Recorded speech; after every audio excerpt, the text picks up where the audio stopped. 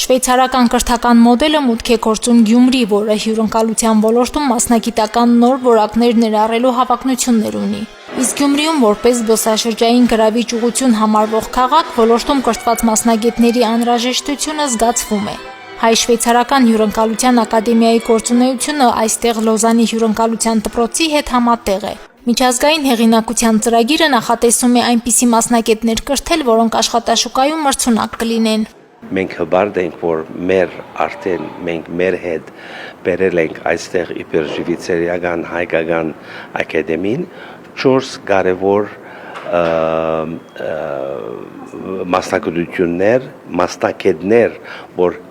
Հայաստանեն են եւ ոչ թե օդար, հբարդ ենք իրենցով,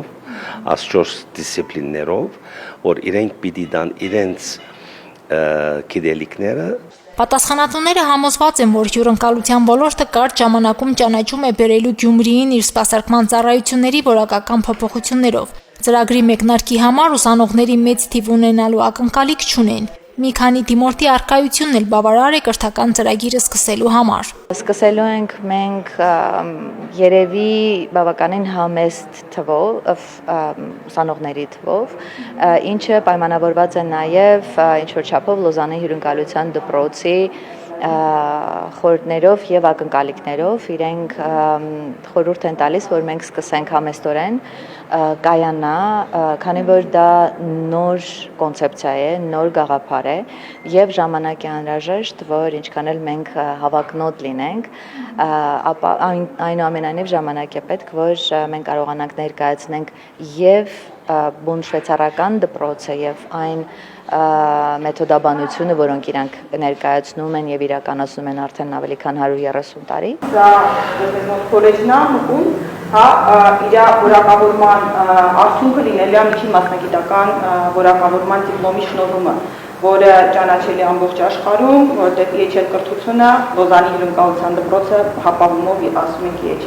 EHL կրթությունը մրցունակ ամբողջ աշխարհում եւ համարվում է բարձրակարգ լաքշերի հյուրանոցների համար կրթական հիմնական մակարդակ ապահովող կրթական ծրագիրը։ Կրթական ծրագիրը միջազգային դպրոցն առայժմ ու ժամանակավոր կիրականացնի Գյումրիի հյուրանոցային համալիրներից մեկում, սրանով իսկ ապահովելով սովորողների ուսումնական միջավայրը տեսական գիտելիքներից մինչև գործնական պարապմունքներ։ Մենք պիտի սկսենք մեր բանտոգի մեջ, հոստել Գյումրիի մեջ, որ պիտի լա Apricot հոթելի մեջ, մեր ակադեմիան այդեղ պիտի լա, եւ ուրիշ նպատակներ ունենք, ասիկա որպես կսրանք vocational education training է, բայց մեր ավելի բարձր նպատակներ ունենք, որ bachelor's-ը կամ ոչ մեկ ուրիշ դասընթացներ լա, եւ ադիկա մենք որ այս պրոջեկտը սկսենք, հետո կամաց կհայտարարենք, որ ուր պիտի լա եւ ինչ պիտի լա հաջորդ տարին կամ 2 տարի յետք։ Այո, մենք խոսում ենք նաև այլ առանձին շենքի մասին, բայց դարձյալ հետևելով Լոզանի հյուրընկալության դպրոցի խորհուրդներին սկսելու ենք եւ որոշ ժամանակ շարունակելու ենք դեռ Apricot հյուրանոցի հետ, մինչեւ որ մեր հեղինակությունը ավելի կայուն դառնա, մինչեւ որ ուսանողների քանակը դառնա այնպիսին, ինչպես մենք պատկերացնում ենք, իսկ մենք պատկերացնում ենք, որ դա բավականին